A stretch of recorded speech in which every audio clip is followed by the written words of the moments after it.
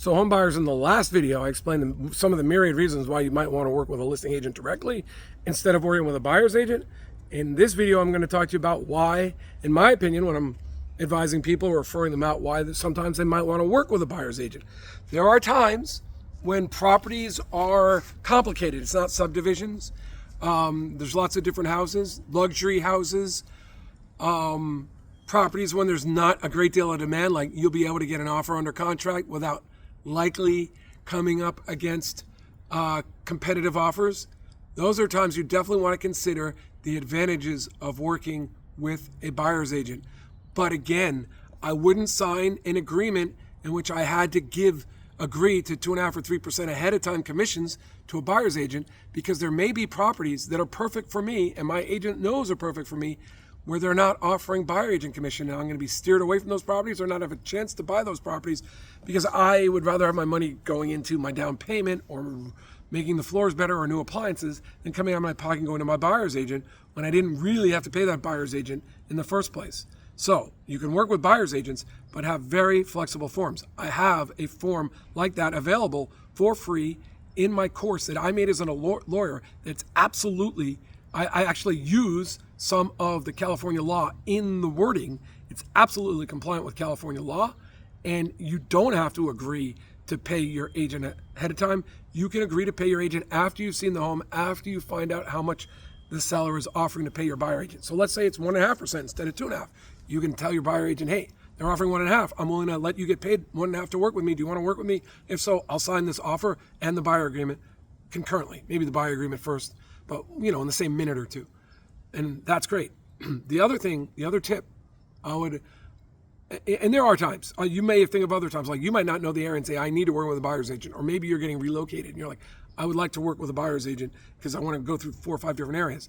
My advice to you in those circumstances is don't make the mistake that I made once, years ago, and that was work with a buyer's agent who doesn't know that area very well. So we got a great house, but when our kids got old enough, we realized we were a mile and a half from the schools that we wanted to be in. So we wound up putting money down on another property, and then the market collapsed and we had 4 properties and lost so much money. Like Florida doesn't have anti-deficiency judgments. I had to go to the table with $70,000 to get out of the property we sold that we were living in. We kept that property while we were building the other one. So just a nightmare. I was in the wrong property. It was so harmful.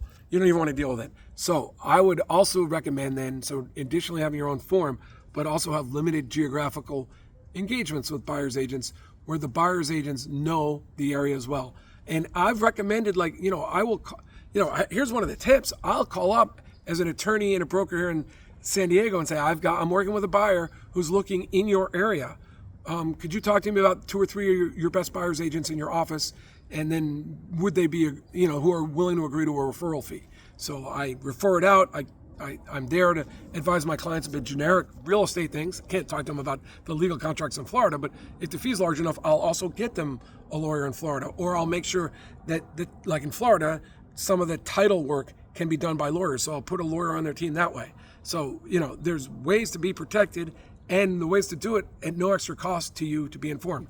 So my statement to you is there are times to work with buyer's agents, but make sure you're flexible. And I would not sign those realtor forms. This is post 2024. These are the new forms with the new rules. I would never sign those forms. I would sign forms like the one I have available for you for free at buyers.winnerscheck.com. And that form, basically, the initial form doesn't even have a number that you have to agree to pay them. You don't have to pay them 2.5 or 3% or anything on my form. And a realtor might tell you, hey, you have to, it's the law. It's not the law. I have a video explaining that in this buyer series. So buyers.winnerscheck.com.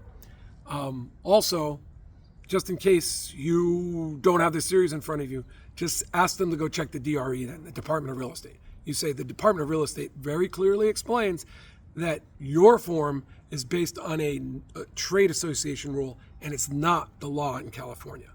Yes, the law in California says you have to sign a written agreement, but no, we don't have to agree to the amount we're going to pay you before we see a property. In fact, we don't have to agree to the amount until it's practicable or practicable. And that, according to a lawyer, and just common sense, is when we find out what the seller's willing to pay. So we'll go see the property. We'll find out if the seller's paying buyer agent compensation. If I make an offer, then we'll agree to pay you that amount. All right. That's that in a nutshell. For more information, buyers.winnerscheck.com. We got a great series on that. Some of the things still coming up is how to purchase a home using Zillow, to start on Zillow or start on Realtor.com or start on some of the other websites. You know, the difference between a listing agent and what a buyer's agent, how to figure out where they are. You know, I've talked about already how professionals buy homes from listing agents and the questions they ask and when they surrender even the buyer agent compensation they might be able to get because they have licenses to be able to purchase a home. All of those things are in this series to put the edge into the marketplace for you. So if you've ever wondered why the best homes in the neighborhood, and they're frequently not that much more expensive, and they frequently go first, why other people are always buying those homes, the answer frequently is they know what they're doing, or they, it's all the same thing. They wind up working with the listing agent directly. Like buyer's agents, unless you're willing to overpay significant amounts, buyer's agents are frequently going to get you working with the also-rans, unless you know what you're doing. And that's what we're trying to help. We're trying to put the knowledge in your hands.